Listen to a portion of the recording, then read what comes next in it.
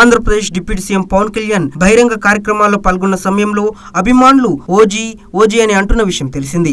Slogans చేస్తున్న అభిమానులపై పవన్ పలు సందర్భాల్లో అసహనం వ్యక్తం చేశారు.